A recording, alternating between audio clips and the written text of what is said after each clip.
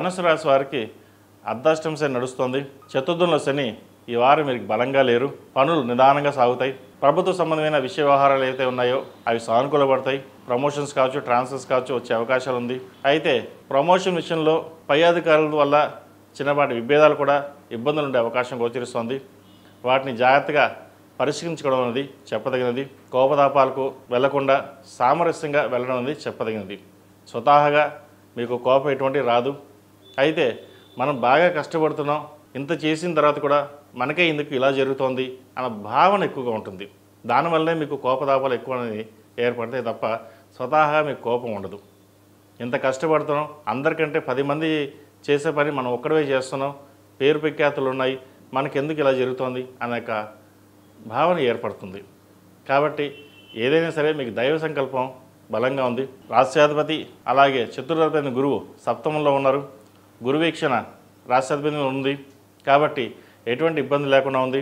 అదేవిధంగా లాభస్థానాన్ని గురువు చూడడం వల్ల కూడా ఎవరు ఎన్ని ప్రయత్నాలు చేసినా, ఎన్ని ఇబ్బంది పెట్టినా మీకు ఎటువంటి నష్టమూ జరగదు.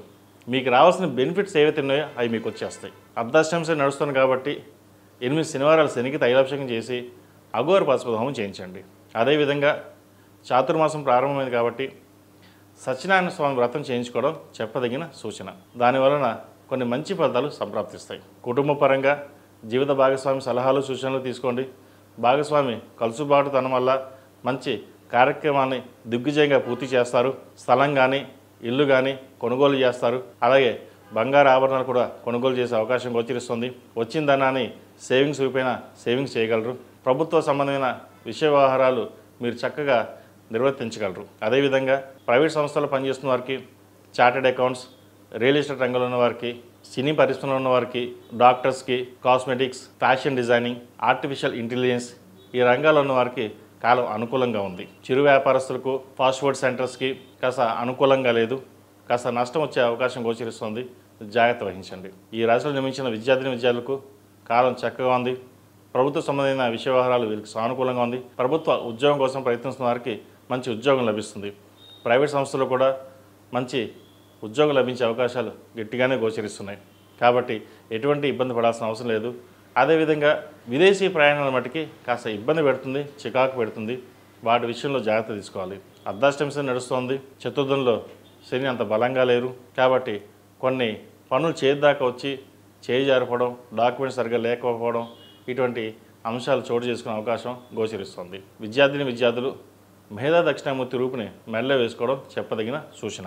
అదేవిధంగా ఈ రాశిలో జన్మించిన స్త్రీలకు వృత్తి ఉద్యోగాల పరంగా, వ్యాపార పరంగా సానుకూల పరిస్థితులు గోచరిస్తుంది. మంచి అవకాశాలు కలిసి వస్తాయి. ఆరోగ్యం పట్ల కాస్త జాగ్రత్తలు తీసుకోండి. అదేవిధంగా సాధ్యమైనంత వరకు సేవింగ్స్ చేయడానికి ప్రయత్నం చేయండి. మంచి ఫలితాలు సంప్రాప్తిస్తాయి. శ్రావణ మాసం ప్రారంభమైంది. ప్రతిరోజు ప్రతినిత్యం కుబేర కుంకుమతోటి అమ్మవారిని పూజించండి. మంచి ఫలితాలు ఉంటాయి. అదేవిధంగా లక్ష్మీ తామరతో దీపారాధన చేయడం, నువ్వుల నూనె పోసి దీపారాధన చేయండి. మంచి ఫలితాలు సంప్రాప్తిస్తాయి. ఈ రాశిలో జన్మించిన వారికి కలిసి వచ్చే సంఖ్య 5, కలిసి వచ్చే రంగు తెలుపు. ఏదైనా పని మీద బయటకు వెళ్ళేప్పుడు బుధవారం కానీ గురువారం అడిగిన వెళ్ళండి. మంచి ఫలితాలు సంప్రాప్తిస్తాయి.